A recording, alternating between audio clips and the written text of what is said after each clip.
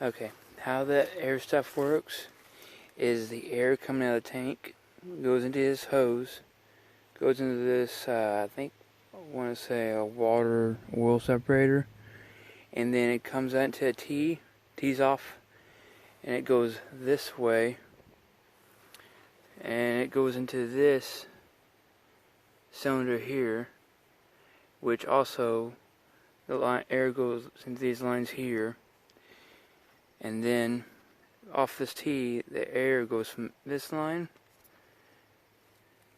right here all the way around the carburetor and goes right over here into this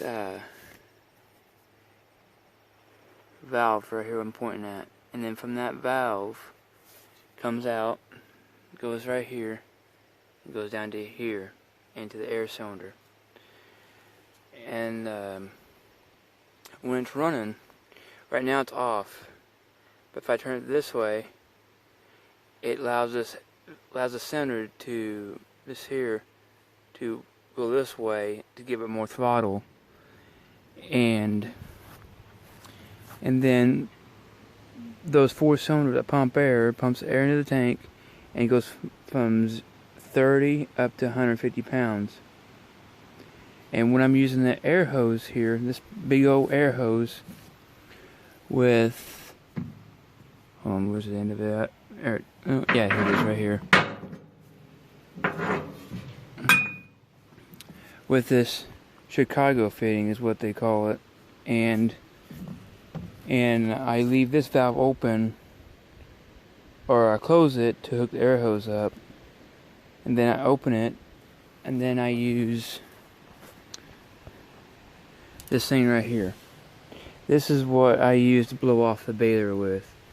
And right now, this is closed right now. And when I turn this on, when that's off, and this one on, it still reads 150 pounds. But as soon as I turn that air, or that valve on over there, it drops down from 150 to drops down from 150 to 60 pounds.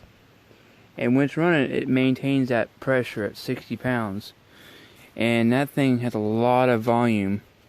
I tell you, it runs good.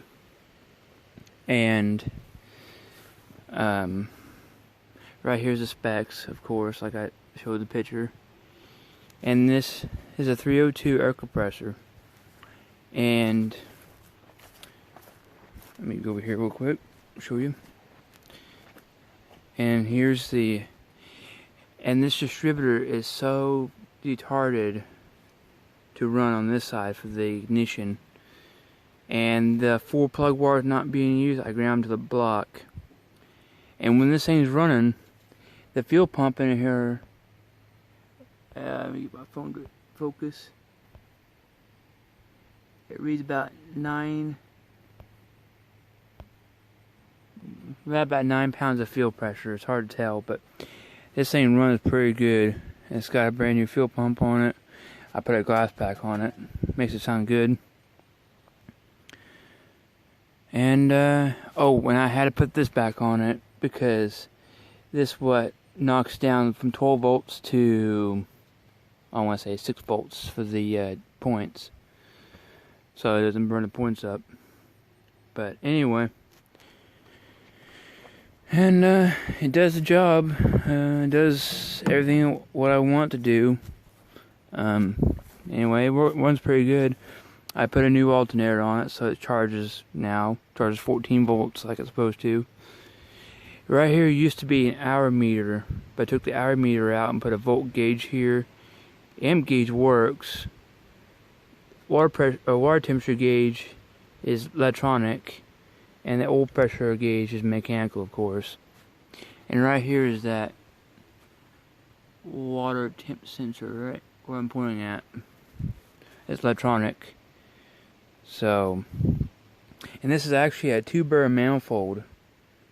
And that aluminum piece you see on the bottom, that's actually an adapter that goes from 2 to a single barrel. And it right now is running a Holley 1940 single barrel carburetor. that you would find on a Ford 306. So, works pretty good for this application anyway.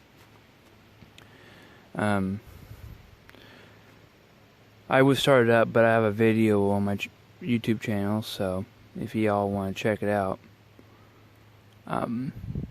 Anyway, and of course I got another battery because, well, my stupidity on this one, this bungee cord rubbed a hole in the bottom of the battery on the other one. So I put a rubber mat in there. I took an old belt from the bather, one of those belts that go on the bather. I used one of them and cut a piece of it off for this battery tray. And I also fixed this here. I took some 3/8 by 16, I think, thread, all thread rod, and I cut it down and used it as studs for this thing here. And this thing's been vibrating on the road, and it hasn't come loose since. That's a really good modification I did to this. It's got a new start. I put a new starter on it. Put a new solenoid on it last year. A new voltage regulator on it last year. The alternators last year.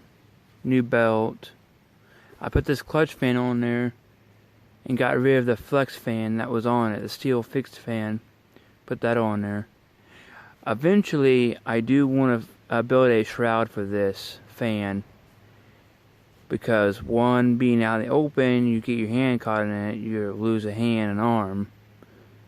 But I think for right now, as long as nobody puts their hands in the way of the fan, I think it'll be alright. But I will eventually get around and build a shroud for this radiator, for this fan. So, and oh, let me show you the battery. Hang on a minute. This is the battery that rubbed a hole on accident and leaked a whole bunch of battery acid everywhere on the trailer. So here, right now it's just as good as a paperweight. Right now, to cover the tarp up. Right here's a hole. Right there. That's a $150 battery that went down the drain. But I use it as a paperweight when I cover it up. And this one here is also a paperweight. This one here, it will crank over stuff, but the battery's weak. But I use it as a paperweight too, as well as this one as a paperweight. So, anyway, hope you all enjoy this video. Oh, one more thing. I put this air reel on here too, for whenever I'm working on airing tires up or using impact and whatnot. Them Harbor Freight impacts works good on this air compressor and that big hose, because it gives it more volume, and it does a pretty good job actually, believe it or not. But anyway, enjoy this video and like, comment, subscribe. Thank you.